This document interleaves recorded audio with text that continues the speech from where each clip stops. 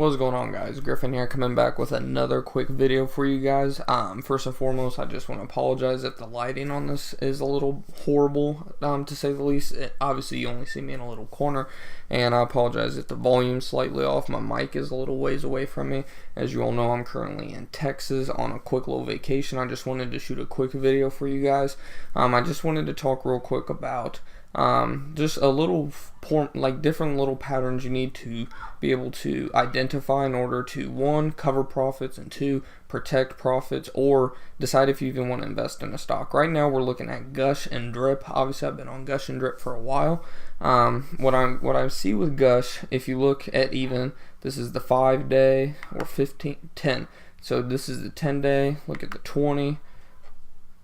As you can see, I mean, I'm identifying a resistance here right around about $23.50 to $24. I might have put it slightly too low. It might be closer to $23.75. But look, every single time it's gotten rejected and it has had a sell-off. But the SMA indicator has acted as a support, so every time it's gone a little bit below it, it's gone right back up. So there's a potential for a possible day trade or even like a 2-day swing trade at the minimum. Or maximum, whichever you wish to say.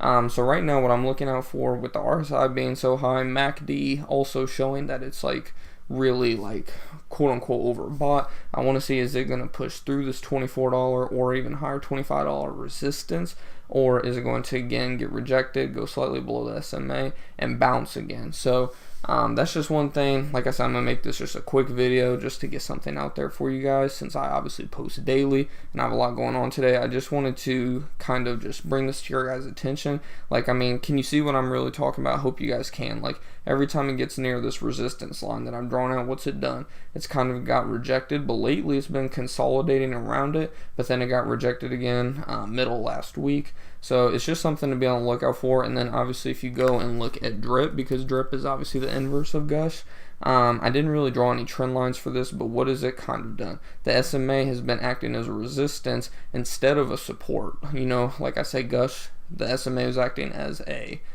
support. Well, here it's acting as a resistance when it comes to Drip. Every time it gets near it or just above it, boom, gets rejected.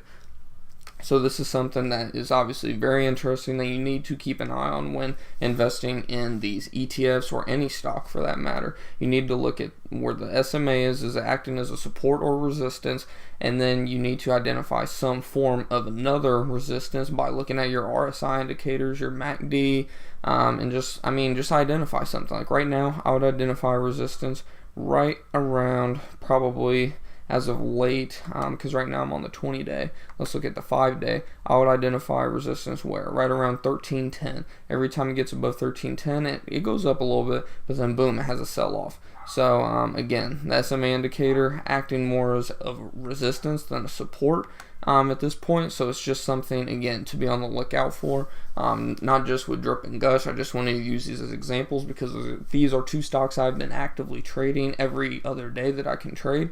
But yeah, I'm gonna go ahead and wrap this video up. Hopefully the quality is good enough for you guys. If you're new to me and like this video, definitely start hitting that subscribe button below and hitting that thumbs up button. I greatly appreciate it. But until next time, guys, keep on going out there, making those profits, covering those profits, achieving some financial freedom this year, and I'll see you guys in the next video. Take it easy, guys.